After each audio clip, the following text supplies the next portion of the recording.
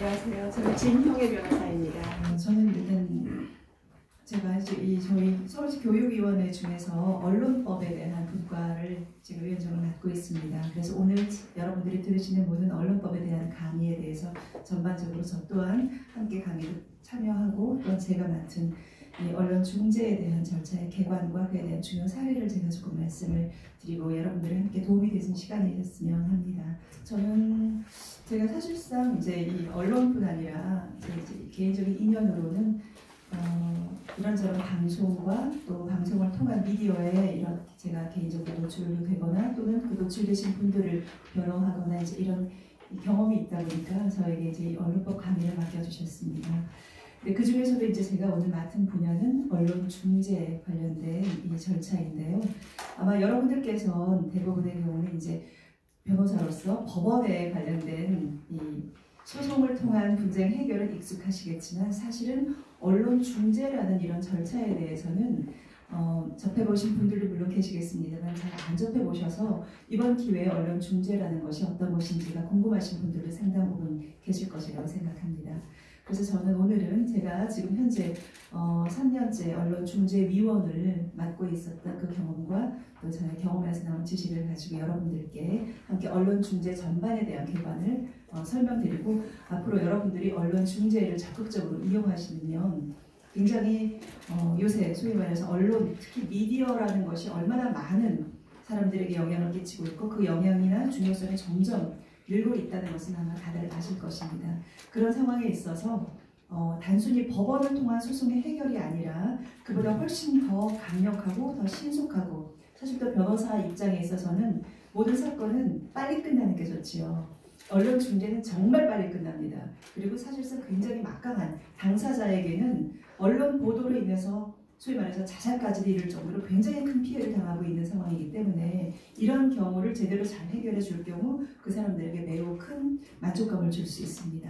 그래서 그 과정에서 새로운 이 변호사로서 좋은 이 언론 중재라는 제도를 이용하시는 것에 대해서 제가 오늘 소개드리고 또 권고를 드리고자 합니다.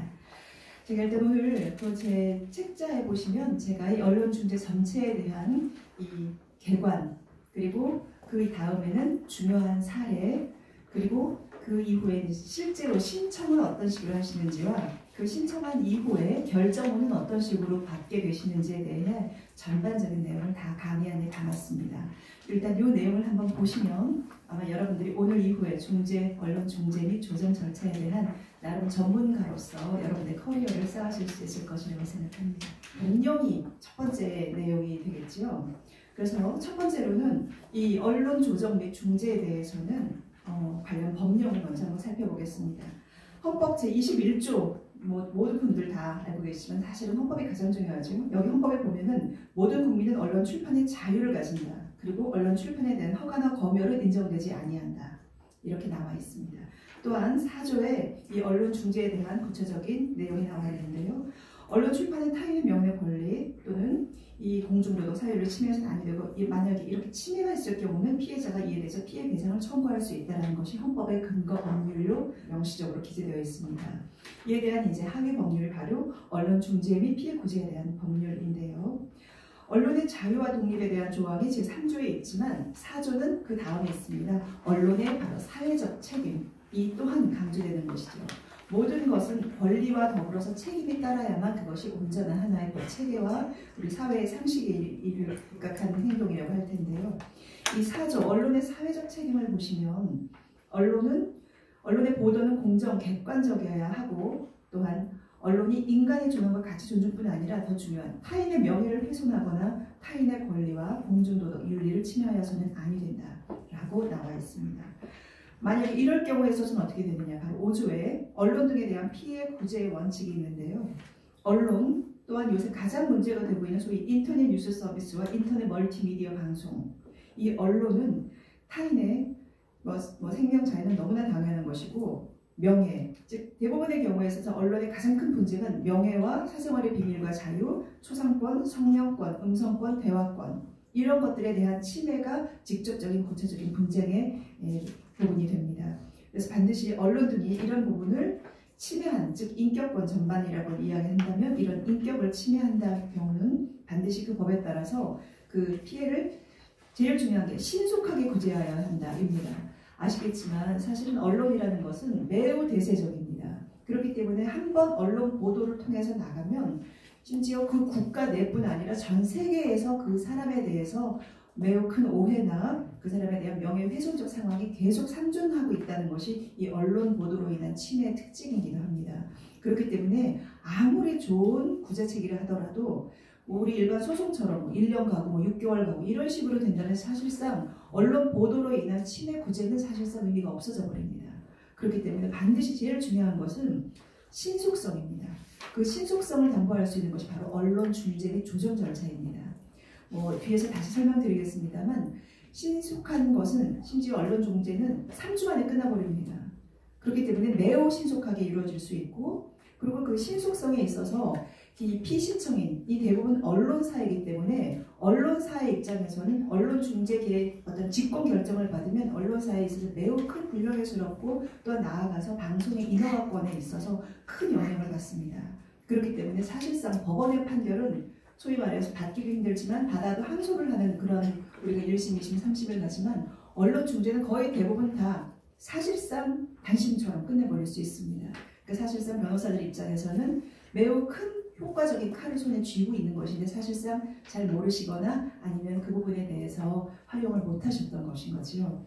지금처럼 언론 보도가 굉장히 중요해지고 또 많은 경우는 인터넷 뉴스들을 잘 보시면 거의 컨트롤 V, 컨트롤 C로 거의 그냥 갖다가 남의 기사를 복제해서 붙이거나 아니면 제대로 취재하지 않고 쓰는 거의 쓰레기 같은 기사들이 요새 너무너무 많이 넘쳐나고 있습니다. 예전처럼 메이저 조중동 기사라든지 중요한 일간지들이 더 이상의 메이저로서 영향을 발휘하지 못하고 거의 대부분 찌라시의 인터넷 기사들과 동일한 정도의 기사의 비중밖에 없는 것이 사실상 인터넷 환경입니다. 아마 우리 여기 계신 분들도 기사 읽으시기 전에 혹할 만한 기사의 제목을 먼저 보시고 클릭을 하시죠.